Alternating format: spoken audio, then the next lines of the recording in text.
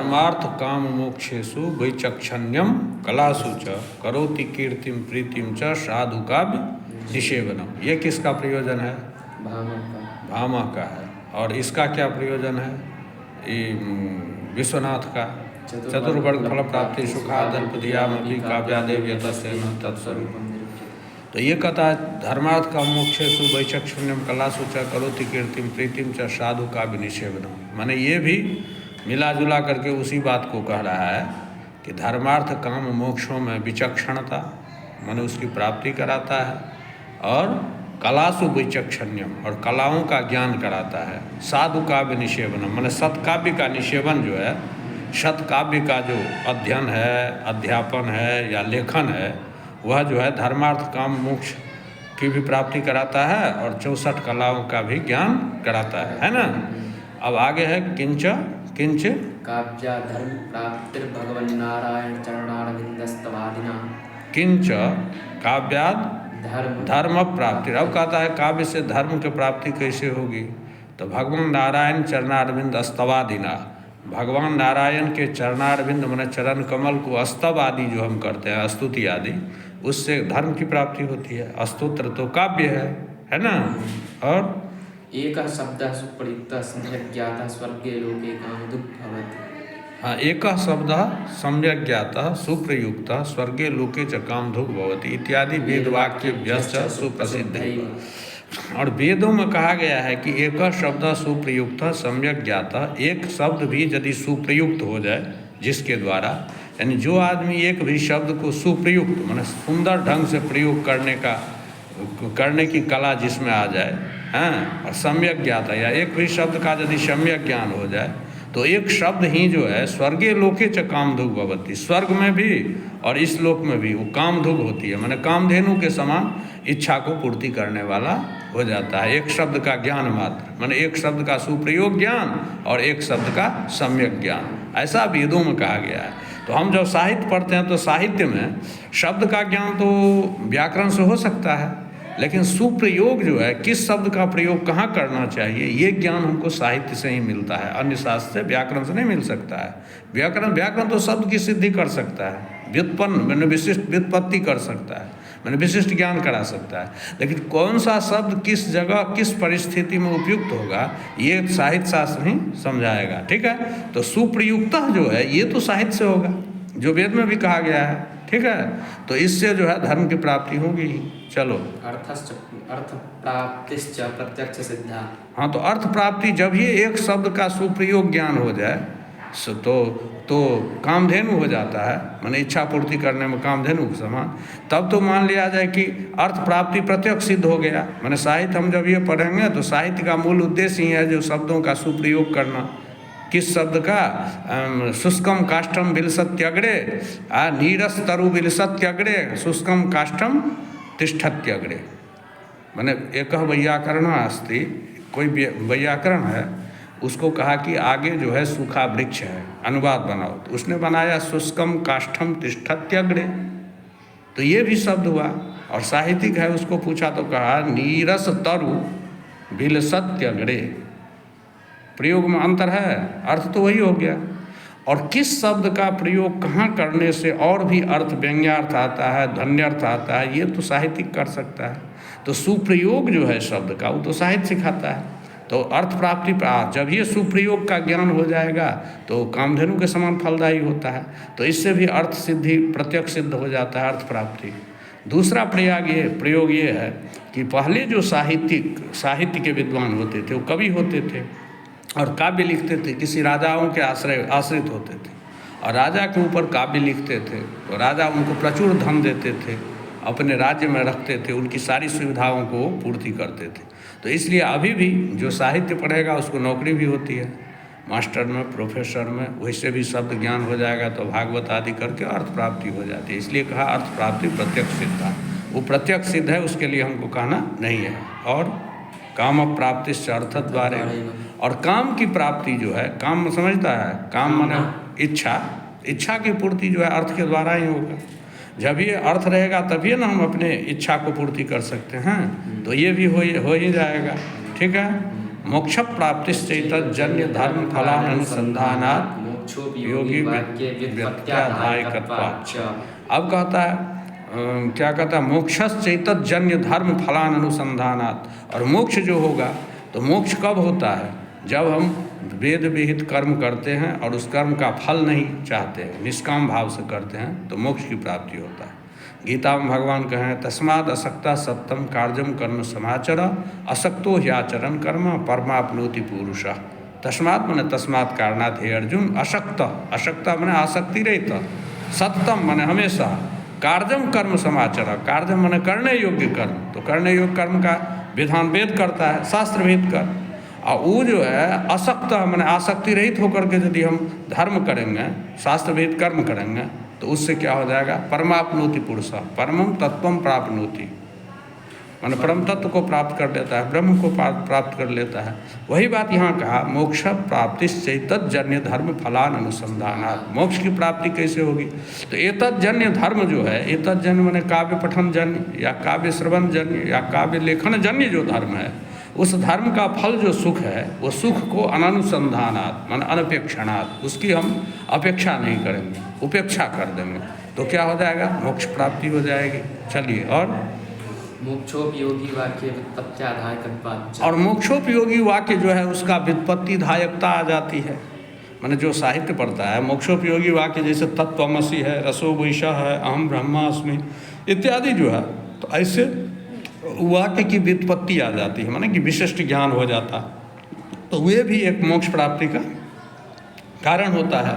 चलो, चतुर्वर्ग प्राप्ति वेद शास्त्रेभ्यो नीरस। तो अब कोई प्रश्न करेगा कि भाई चतुर्वर्ग की प्राप्ति, धर्मार्थ काम मोक्ष की प्राप्ति जो है वेद से भी हो सकता है, तो हम वेद क्यों नहीं पढ़ें जो साहित्य पढ़ें, तो उसका जवाब दे रहा है, चतुर्वर्ग प्राप्ति नहीं वेद शास्त्रेभ्यो नीरस्तया दुखादेव परिणत बुद्धिनाम एव जायते। वेद शास्त्रेभ्यः चतुर्वर्ग फल प्राप्ति, वेद शास्त्र से जो चतुर्वर्ग फल की प्राप्ति होती है वो क्या होता है, तो नीरसात परिणत बुद्धिनाम, माने उससे पहले दुखादेव, दुख से होता है, माने बहुत कष्ट करना पड़ता है वेद पढ़ने में, अर्थ समझने में, तो दुखाद और परिणत बुद्धिनाम एव जायते। उससे पहले नीरसात है, नीरस्तया माने पढ़ने में आनंद नहीं आता है, तो नीरस्तया होगा। दुखाद बहुत कष्ट करना पड़ता है, उसमें भी परिणत बुद्धि नाम एव जायते। परिणत बुद्धि मन हो गया तीव्र बुद्धि नाम छात्राणाम, परिपक्व बुद्धि नाम छात्राणाम एव जायते। परिपक्व बुद्धि वाले जो छात्र है उसी को होगा, है ना। चलो, परमानंद संदोह जनकतया सुखादेव सुकुमार बुद्धि नाम अपि पुनः काव्यादेव। और परमानंद संदोह जनकतया, परमश्चासु आनंद परमानंद, परमानंदा नाम संदोह मन समूह, परमानंद का जो समूह है उसको जनकतया उत्पादकतया, मन उसके उत्पादक होने के चलते, मन परमानंद के समूह को उत्पादक होने के चलते, हाँ, और क्या है, सुखादेव मतलब सुख से ही, सुकुमार बुद्धि नाम अपनी, सुकुमार बुद्धि बना कोमल बुद्धि वाले जो होता है राजकुमार आदि नाम अपनी पुनः काव्यादेव, वह काव्य से ही होगा।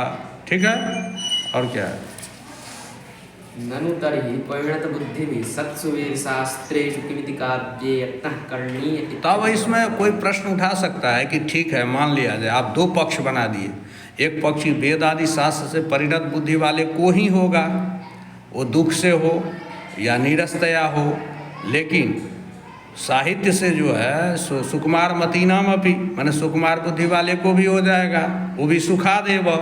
तो एक काम कीजिए, आप जो परिणत बुद्धि वाला है उसको वेद पढ़ने दीजिए, और जो सुकुमार बुद्धि वाला है उसको साहित्य पढ़ लें।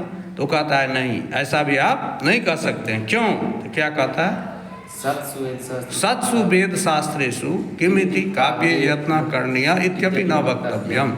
सत्सु वेद शास्त्रेषु, वेद शास्त्र के रहते हुए साहित्य शास्त्र में यत्न नहीं करना चाहिए, ऐसा आप नहीं बोल सकते हैं। क्यों, ऊपर से पढ़ो,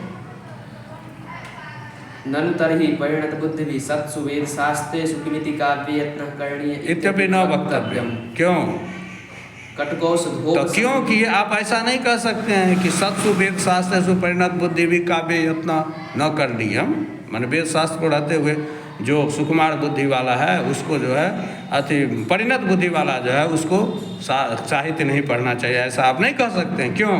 तो कटकौशधोपशमनीय से रोगस्य शीत सर्करोपशमनीय कस्वा रोगी ना शीत सर्करा प्रवृत्ति साधी यसी न स्यात्। कहा कि कोई ऐसा रोग है जो रोग को मीठी दवा खाने से भी रोग निवृत्ति होगी और तीखी दवा खाने से भी रोग निवृत्ति होगी, तो कौन ऐसा आदमी होगा जो मीठी दवा के जगह तीखी दवा पसंद करेगा? कोई नहीं करेगा ना। तो उसी प्रकार जो मान लिया जाए कि यदि हमको क्या कहते हैं जो साहित्य शास्त्र के द्वारा माने मीठी दवा के द्वारा यदि हमको चतुर्वर्ग फल की प्राप्ति हो रही है तो हम तीखी दवा वेद क्यों पढ़ें? ठीक है। और क्या है? किंच काव्यस्य उपादेयत्वम अतिप्रयुक्तम। किंच काव्यस्य उपादेयत्वम, और भी काव्य की उपादेयता जो है अग्नि पुराणे प्युक्तम, अग्नि पुराण में भी कहा गया है। क्या कहा गया है? नरत्वम दुर्लभम लोके विद्या तत्र सुदुर्लभा कवित्वम दुर्लभम तत्र शक्तिस्तत्र सुदुर्लभा। अग्नि पुराणे काव्यस्य माहात्म्य मुक्तम, महात्म्य माने महत्ता, उपादेयता क्या? तो नरत्वम दुर्लभम लोके अस्मिन् संसारे तो नरत्वम एव दुर्लभम। 84 लाख योनि के बाद नरत्व की प्राप्ति होती है, मानव योनि। तो नरत्वम दुर्लभम लोके विद्या तत्र सुदुर्लभा तत्रापि मतलब नर योनोपि माने नरत्वेपि मानव योनि में भी विद्या प्राप्त करना जो है सो दुर्लभ है, हैं? उसमें विद्वान होकर के भी कवित्वम माने काव्य करने की क्षमता, कविता लिखने की क्षमता जो है सो दुर्लभ है। शक्ति तत्व से दुर्लभा, कवित्व क्षमता में भी कालिदास आदि के समान जो कवित्व शक्ति है वो कवित्व शक्ति को प्राप्त करना अत्यंत दुर्लभ है। तो ऐसा अग्नि पुराण में कहा गया है, न कि इधर उधर की बात है, कोई कवि नहीं लिखा है। अग्नि पुराण जो है वो तो व्यास लिखे हैं, ठीक है। तो उसमें काव्य के विषय में ऐसा कहा है। त्रिवर्ग साधनम नाट्यम इति च विष्णु पुराण। हाँ, और विष्णु पुराण में कहा गया है त्रिवर्ग साधनम नाट्यम। काव्य तो दोनों होता है, दृश्य और श्रव्य। तो श्रव्य काव्य के विषय में ये आ जाएगा नरत्वम दुर्लभम लोके विद्या तत्सु दुर्लभा कवित्वम दुर्लभम तत्र शक्ति तत्सु दुर्लभा, है ना। ये दोनों तरह काव्य में आ जाएगा। त्रिवर्ग साधनम नाट्यम ऐसा विष्णु पुराण में कहा गया है कि नाट्य शास्त्र जो है वो त्रिवर्ग साधनम है, माने 3 वर्ग का साधन है नाट्य। मैंने नाटक देखने से, नाटक लिखने से, पढ़ने से। ये अग्नि पुराण में है। विष्णु पुराण भी आगे श्लोक किया काव्यालापाश्च। हाँ, तो ये हो गया, अग्नि पुराण में भी एक हो गया, है ना। तो ये कहता है कि जो नाट्य शास्त्र जो है त्रिवर्ग साधन है, मतलब धर्मार्थ काम का साधन है, मोक्ष प्राप्त नहीं होता है उससे, ठीक है। अब आगे क्या है? विष्णु पुराणे काव्यालापाश्च ये केचित् गीतकान्यखिलानि च शब्दमूर्ति धरस्येते विष्णोरंसा महात्मनः। अब ये विष्णु पुराण में कहा है कि काव्यालापाश्च ये केचित्, काव्य का जो आलाप है माने व्यवहार है, काव्य का जो व्यवहार है, शब्द आदि है, शब्द है, अर्थ है। तो काव्यालापाश्च जे केचित् काव्यालापा, काव्य का जो आलाप है, शब्द अर्थ आदि है ना, वो क्या है? काव्यालापाश्च जे केचित् गीतकान्य अखिलानि, और अखिलानि गीतकानि च, और जितने भी गीत आदि हैं वो सब क्या है? तो शब्द मूर्ति धरस्येते विष्णुरंसा महात्मना, ये सभी है विष्णु के अंश हैं, विष्णु अंश है। हाँ, कैसे विष्णु का अंश है? तो शब्द मूर्ति धरस्य महात्मनः विष्णु अंशा वर्तन्ते, है ना। शब्द मूर्ति धर जो भगवान विष्णु हैं उनके ही अंश हैं। माने शब्द ब्रह्म वैयाकरण मानता है, वैयाकरण शब्द को ब्रह्म मानता है। तो यहाँ पर मैं सब मानता है।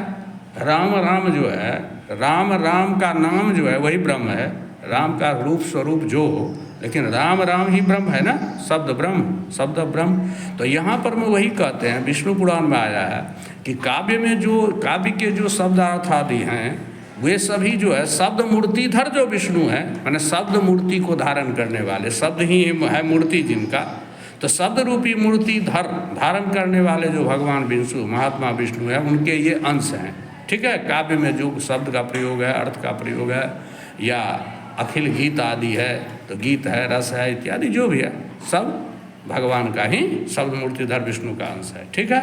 चलो, तेन हेतुना तस्य काव्यस्य स्वरूपं निरूप्यते।